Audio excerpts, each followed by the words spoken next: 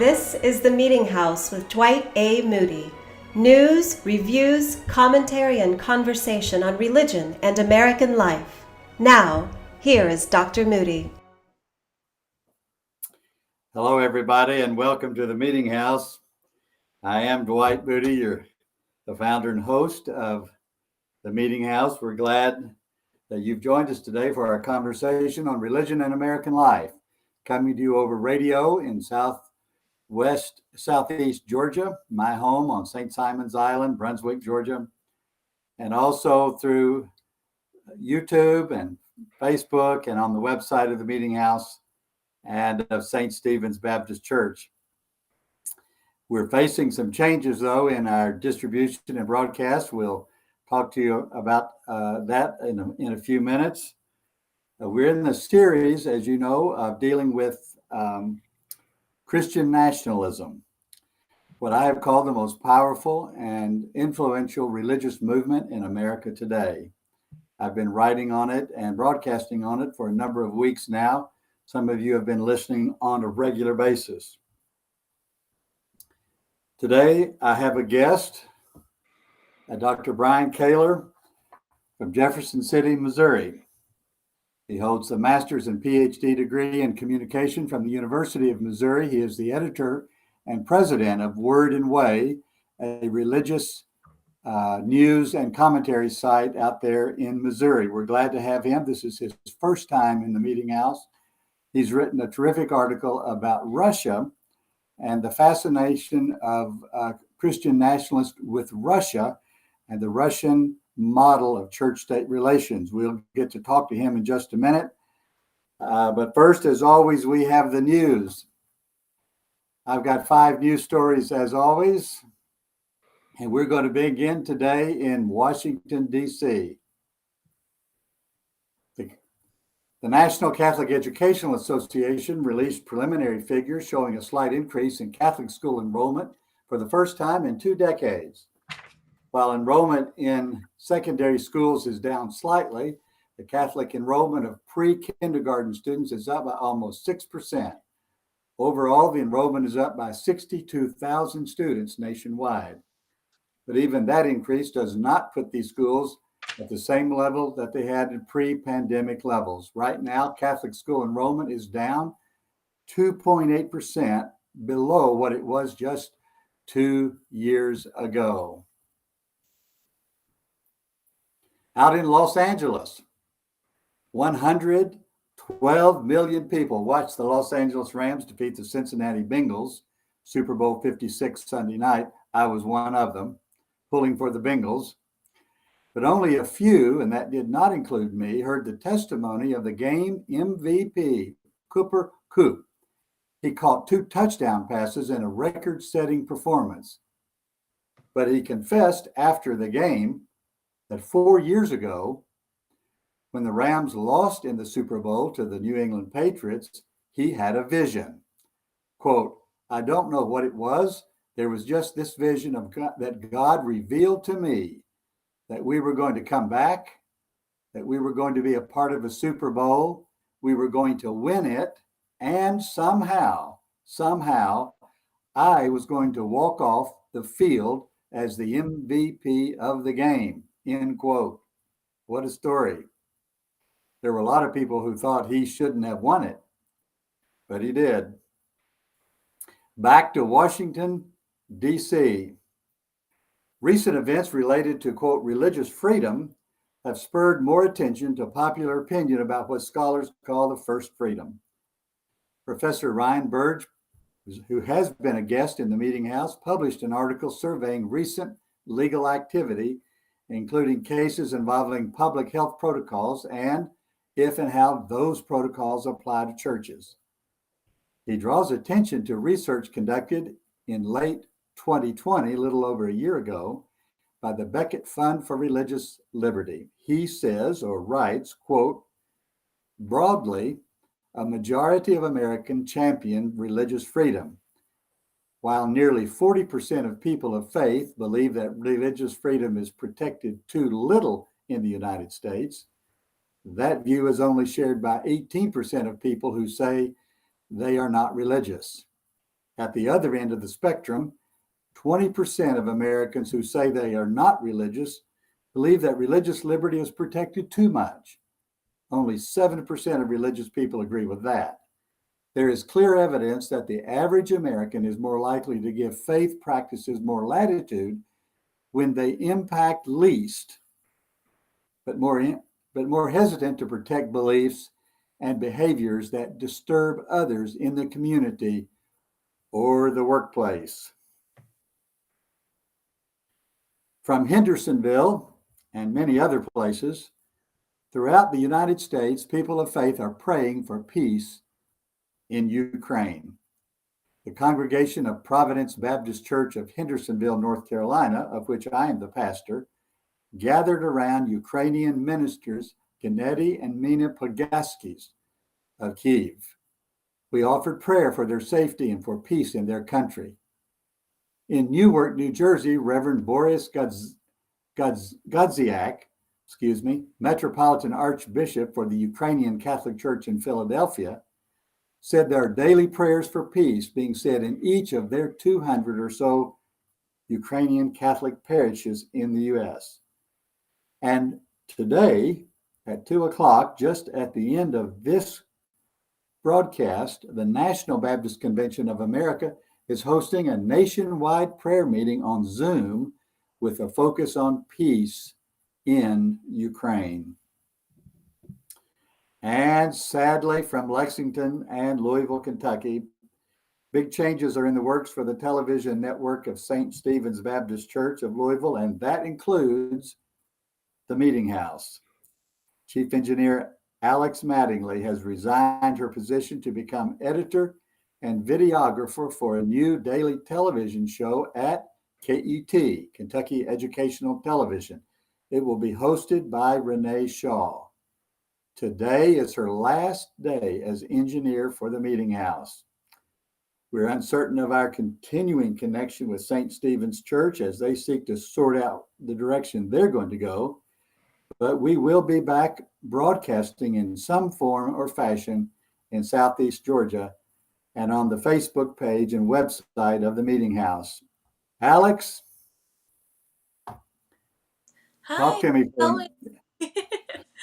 Hi, Dr. Moody. Yes, I want to thank you, Alex, for 1 year, one solid year as our engineer and my partner in the broadcast of the Meetinghouse. You've been terrific to work for, and it's been a wonderful partnership. Well, thank you so much. I've had such a great time on this show, and you've got some really amazing viewers and listeners who have given some wonderful feedback, and it's just been an honor to be engaged in such a relevant conversation. I really appreciate it. Well, you know, several people have mentioned to me your skill during those times when I've had technical difficulties and you've had to step in my shoes, really, and carry on the conversation and demonstrating that your ability is not just technical, but content as wise. I want to wish you the best of luck and success in this new, bigger, broader venture. And I hope we can stay connected and perhaps work together in some future endeavor. Well, thank you again so much. And of course, you're always in the thick of the know. So it's always good to have a friend like you. And yeah, call me Well, anytime. You've got my number. okay. Well, thank you. We'll be back in just a minute with my guest today, Dr. Kaylor.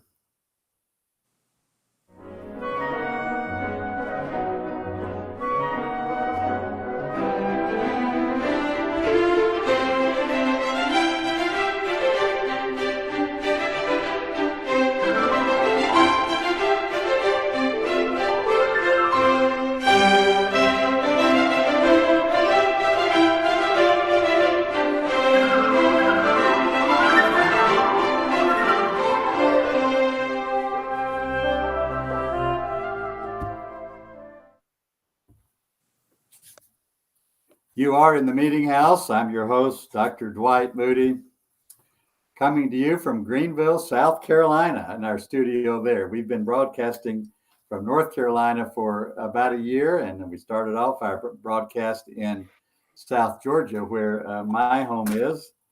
But we're glad to welcome Dr. Brian Kaylor to the Meeting House today. Brian, this is your first gig on the Meeting House, right? Yes, it is. It's great to be here. Thanks. Well, you're in Jefferson City, Missouri. I think I told you maybe a little bit about my connection to Missouri. Yeah. I graduated from Hazelwood High School, 1968 at the time, the largest high school in the state of Missouri. Almost 900 graduates in my graduating class. Wow.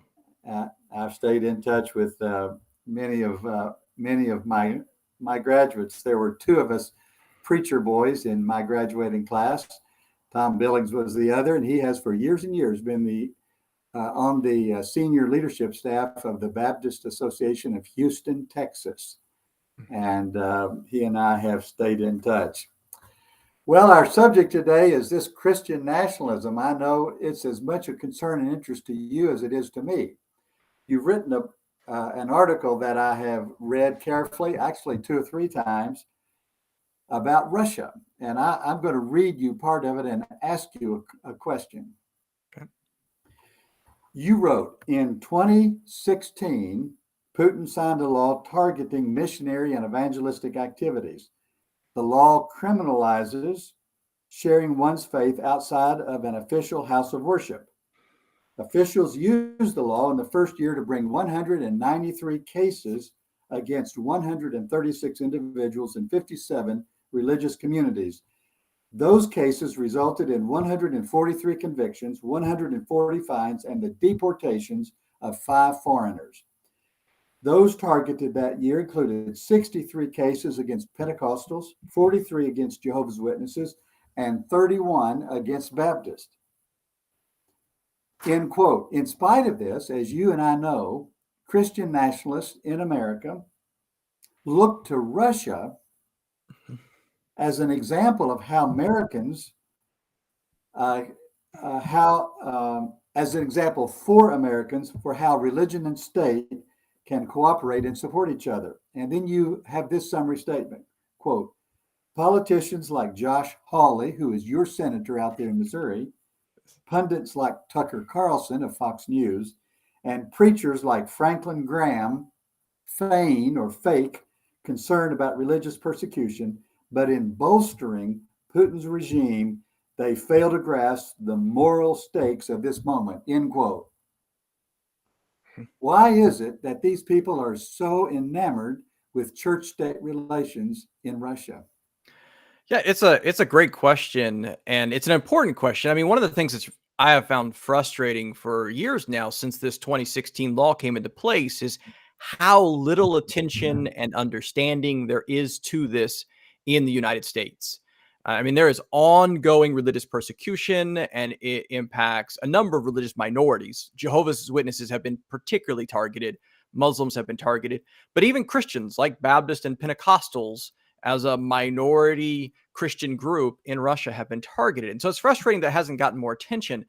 And then adding to that frustration is this love, this praise for Putin and his regime. And I'll be honest, at first I thought, I mean, the relationship was already there. So even before this particular law, Putin was already doing some persecution, though not as much. And Graham was already praising Putin, back in 2014. They put Putin on the cover of Decision magazine, the magazine of the Billy Graham Evangelistic Association. And Franklin Graham wrote this column praising Putin and using that to attack Barack Obama, who was president at the time. And a lot of it seemed to be this idea of, well, so here's a guy, Putin, who doesn't like Muslims and doesn't like homosexuals. And so Franklin Graham was willing to ally in that joint cause against, common enemies, if you will. But I think it actually goes deeper than that. So at first I thought it was just this common ground on some ideological issues. But then Trump came along. And I think what we have seen is that there is also this desire for an authoritarian strongman figure, and that they really do want this Putin-esque figure to come in and establish their brand of Christianity here in America. And so I think it goes beyond just the ideology to even a desire for authoritarian leadership. I agree with you. So let's explain just a minute about what church-state relations in Russia look like. The groups that they're persecuting, of course, are minority groups, marginalized groups. They're not established state churches. All of them kind of heirs of what we call the Radical Reformation. But the Orthodox Church in Russia is the state church. Talk to us about that. Yeah, the Russian Orthodox Church is very powerful in Russia. It is the dominant church tradition. Its leadership is closely aligned with Putin and has been really important. So as Putin makes rhetoric about being a defender of Christianity, which he calls himself, the leadership of the Russian Orthodox Church has been there to validate him and to praise his leadership, to in many ways, rhetorically Christian his leadership of Russia. And so that's a really important relationship. And so a lot of times it's a little hard to know, who's leading what here, right? Are these laws coming from a political motivation? Are they coming from the church, the Russian Orthodox Church, and a religious motivation? Either way, we have this collusion of church and state between Putin and the Russian Orthodox Church. If you think back a decade or so ago, and I've written about this before, not in the most recent piece that you just read from, there was the famous protest by the feminist punk rock group Pussy Riot. Yes. And it was very much targeting Putin. But the video that got them in trouble, the song that they did, was actually a prayer. It was in the form of a prayer, and it was filmed in a Russian Orthodox church, and not just any Russian Orthodox church, but one that was close to Putin.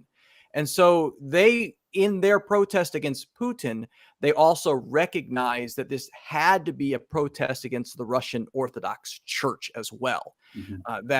Because one is strengthening the other and vice versa. And to be fair, of course, the Russian Orthodox Church had suffered for a long time under communism, which repudiated religion, repudiated the church, tried to stamp it out, and put all sorts of restrictions on it. So when the Soviet Union fell and Putin came to power with this fresh affirmation of religion of the Russian Orthodox Church, for them, it may have been an answer to prayer to lift the burden of persecution off of them and to have a powerful protector and promoter. So there is that angle on it. But how does the Russian model of church-state relations so appeal to the Christian nationalists over here? We're going to come back in a minute and talk about how the whole Ukrainian thing is scrambling that up.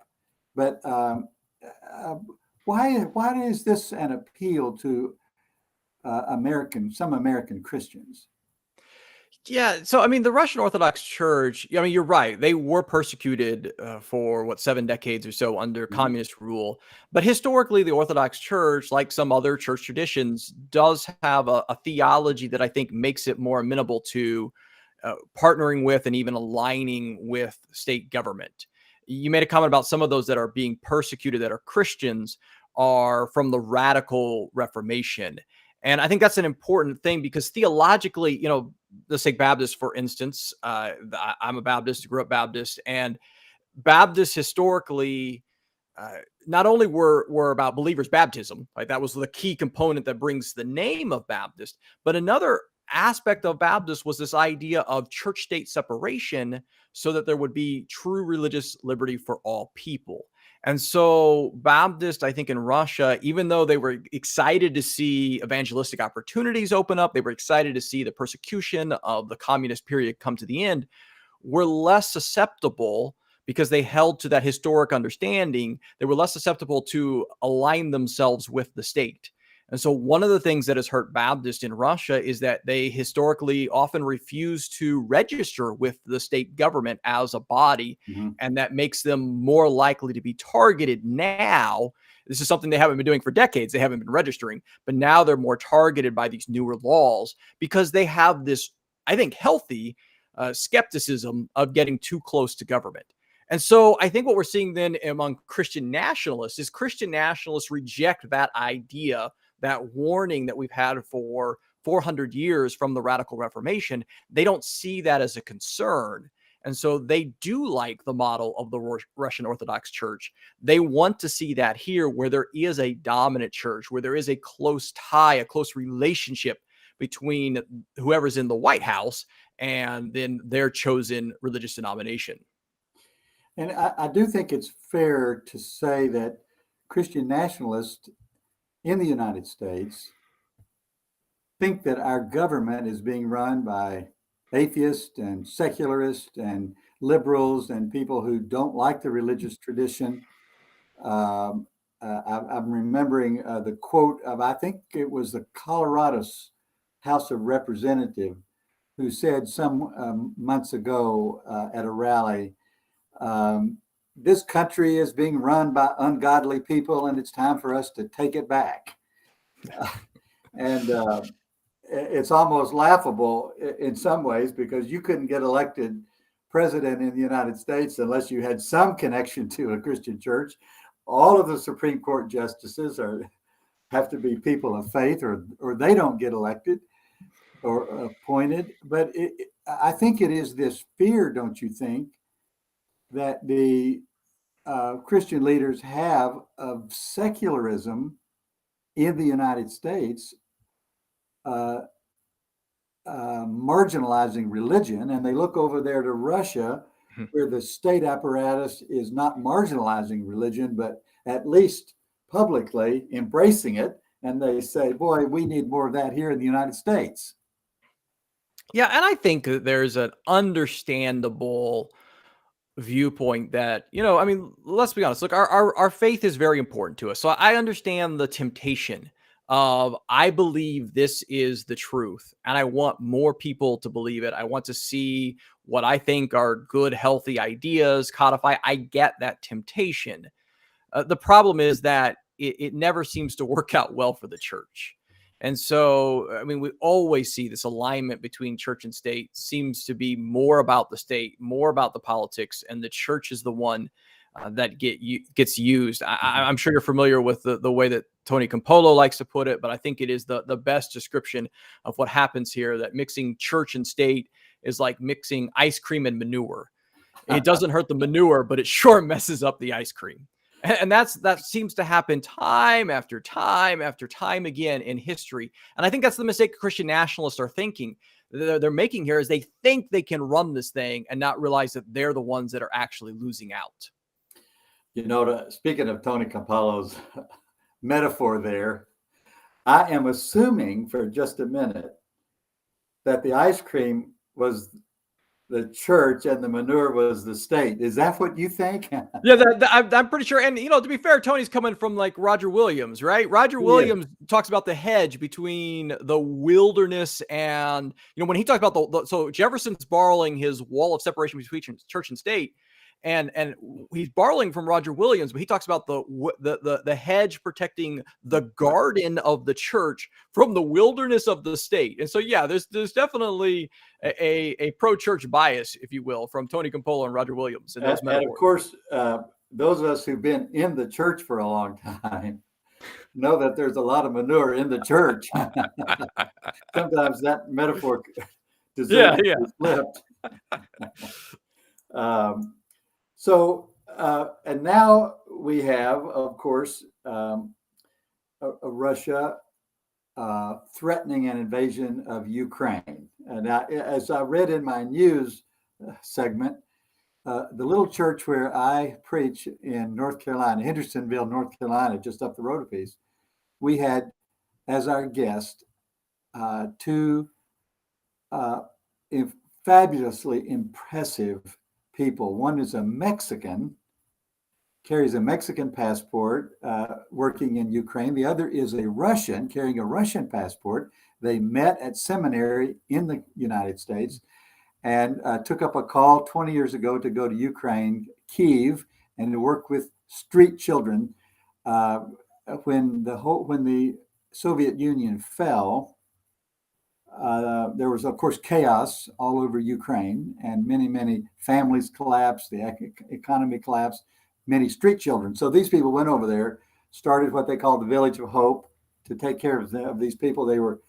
They left on furlough late last November, but they talked to us Sunday about this. So you've got people all over America praying that Putin will not attack Ukraine. So I wonder how this scrambles this Christian nationalist equation of church plus state in Russia as a model for Americans. Here he is, an aggressive dictator, and all these Christians in America are praying that it's not going to happen. Wonder how this impacts somebody like Franklin Graham. Wonder what he's praying for right now. I do wonder, and I mean, I'm not hopeful that